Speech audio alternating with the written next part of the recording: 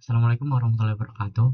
Perkenalkan, nama saya Muhammad Afrinur Rahman dengan NIM 070 dari kelas Statistik 2B.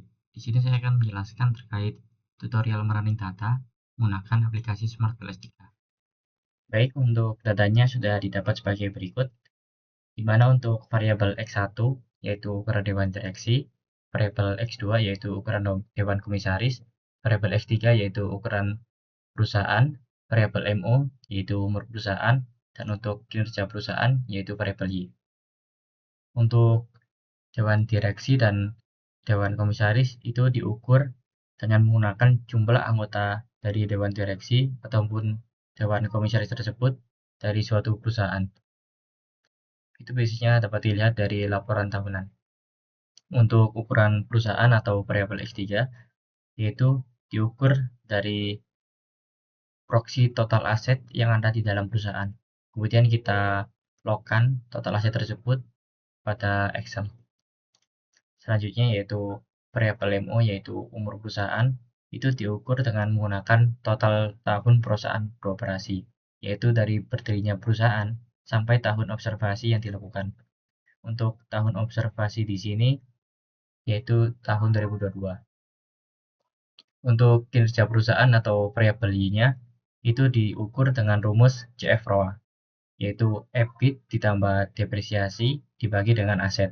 Untuk EBIT itu laba sebelum pajak, dan untuk depresiasi itu didapat dari laporan laba rugi. Kemudian kita pisahkan untuk datanya menggunakan format Excel CSV. Di sini sudah saya pisahkan untuk masing-masing variabelnya, yaitu X1, X2, X3, MO, dan variabel Y. Pada aplikasi Smart PLS3, kita klik File, kemudian kita klik Create New Project. Dan kita namakan terlebih dahulu. Setelah itu kita klik OK. Kemudian pada bagian double klik to import data, kita klik, kita masukkan data yang sudah kita jadikan CSV tadi.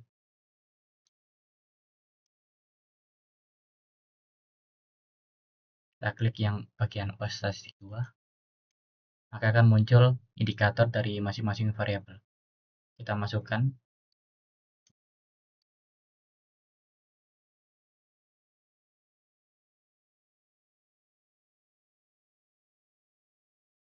Setelah itu kita ganti masing-masing nama dari variabel tersebut.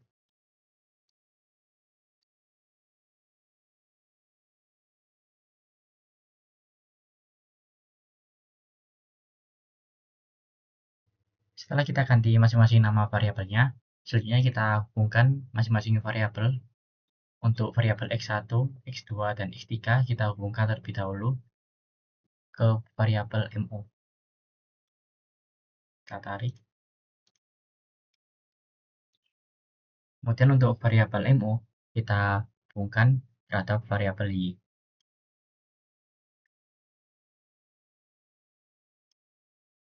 Setelah itu untuk variabel X1, X2, dan X3 kita hubungkan juga ke variabel Y.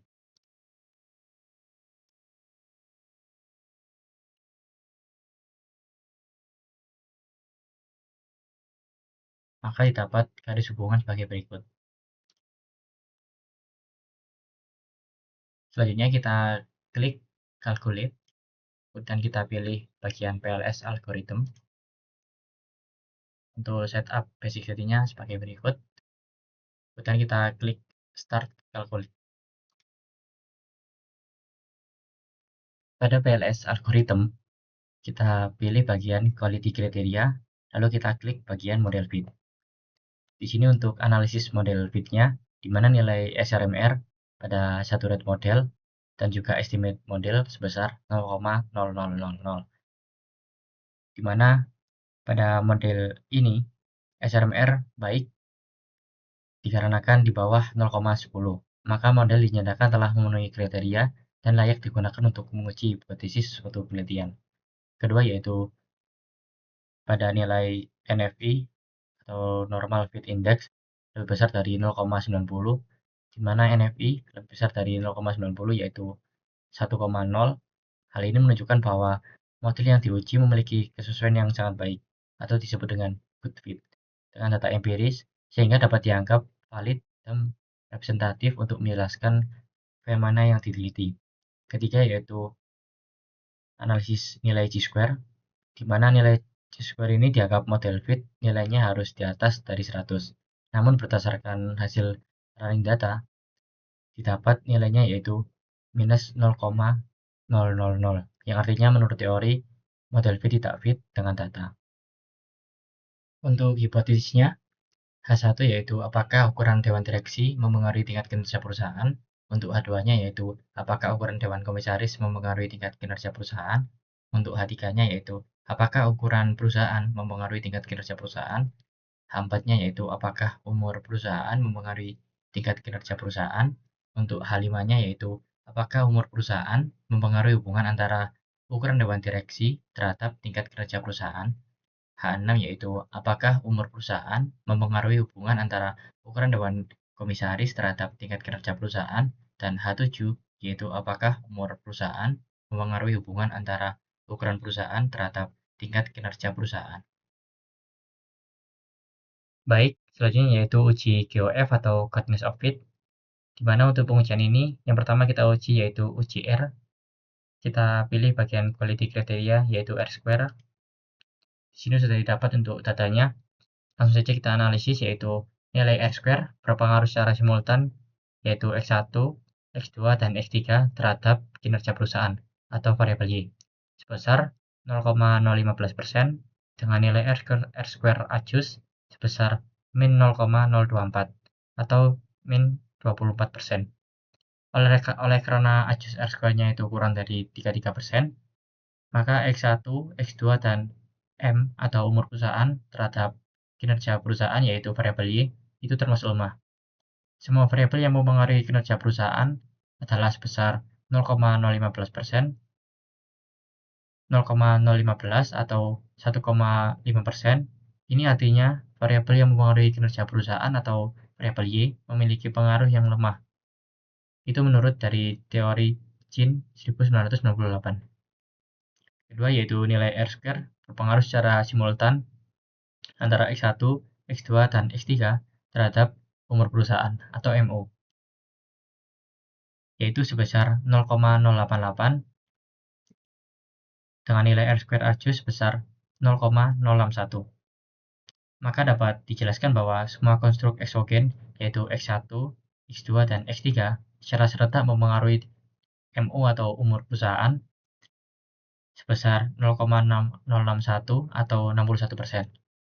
Oleh karena itu, adjust R square lebih dari 33%, yaitu X1, X2, dan Y atau kinerja perusahaan terhadap umur perusahaan termasuk sedang.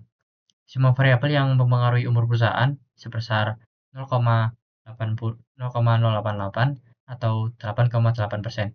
Ini artinya variabel yang mempengaruhi umur perusahaan atau variabel MO memiliki pengaruh yang lemah menurut dari Chin 1998.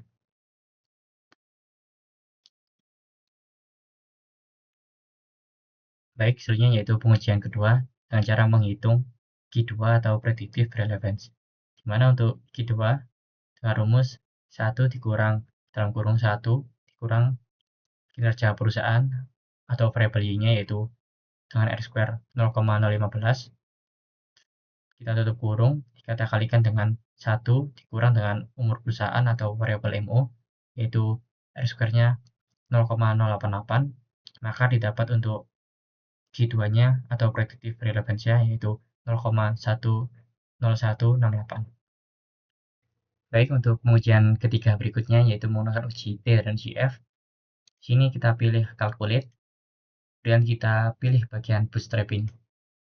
Di sini untuk basic setting yaitu subsample sebesar 500 dan advanced settingnya untuk significant level yaitu 0,05. Kita klik start calculate. Pada bagian pad coefficient bisa kita lihat untuk nilai p-value-nya. Di sini terdapat indikator merah, yang artinya tidak berpengaruh signifikan. Berdasarkan tabel tersebut atau nilai p-values-nya dari masing-masing variabel, itu dapat disimpulkan bahwa semua variabel tidak berpengaruh signifikan karena hasil p-value-nya kurang dari 0,05. Itu menurut dari teori Sugiono tahun 2021. Untuk uji F atau uji F-square, kita pilih VLS algorithm. Kita klik bagian F-square pada quality criteria, maka akan didapat hasil sebagai berikut untuk F-square-nya, di mana nilai ini menggambarkan besarnya pengaruh dari variabel laten prediktor terhadap variabel laten endogen pada tatanan struktural. Itu menurut dari teori Chin tahun 1988. Kategori besaran F-square itu dibagi menjadi 3 jenis. Yang pertama yaitu nilai F-square sebesar 0,15% dikategorikan sebagai pengaruh lemah. Kedua yaitu nilai F-square sebesar 0,15 dikategorikan sebagai pengaruh moderat. Dan ketiga yaitu nilai F-square sebesar 0,35 dikategorikan sebagai pengaruh kuat. Untuk analisis F-square-nya, yang pertama yaitu berdasarkan hasil learning data tersebut, didapat yaitu ukuran dewan direksi atau variabel X1 dengan kinerja perusahaan atau variabel Y memiliki nilai F-square sebesar 0,002 yang berarti memiliki pengaruh lemah. Itu menurut teori dari Chin 1988. Kedua yaitu ukuran dewan komisaris yaitu variabel X2 dengan kinerja perusahaan atau variabel Y memiliki nilai F-square sebesar 0,013 yang berarti memiliki pengaruh lemah. Ketiga yaitu ukuran perusahaan atau variabel X3 dengan kinerja perusahaan atau variabel Y memiliki nilai F-square sebesar 0,000 yang berarti tidak ada efek. Keempat yaitu umur perusahaan atau variabel MO dengan kinerja perusahaan atau variabel Y memiliki nilai F-square sebesar 0,001 yang berarti tidak ada efek. Kelima yaitu ukuran dewan direksi atau variabel X1 dengan umur perusahaan atau variabel MO memiliki nilai F-square sebesar 0,042 yang berarti memiliki pengaruh kuat. Itu menurut teori dari Chin 1988. Keenam yaitu ukuran dewan komisaris atau X2 dengan umur perusahaan atau variabel MO memiliki nilai F-square sebesar 0,008 yang berarti memiliki pengaruh lemah. Dan yang terakhir yaitu ukuran perusahaan atau variabel X3 dengan umur perusahaan yaitu variabel MO memiliki nilai F-square sebesar 0,000 yang berarti tidak ada efek. Dan yang terakhir yaitu analisis hipotesis.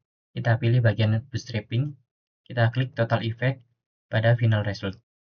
Berdasarkan teori Sugiono tahun 2021, pengujian hipotesis dilakukan dengan melihat nilai p-value-nya pada total effect, yaitu nilai p-value harus kurang dari 0,05.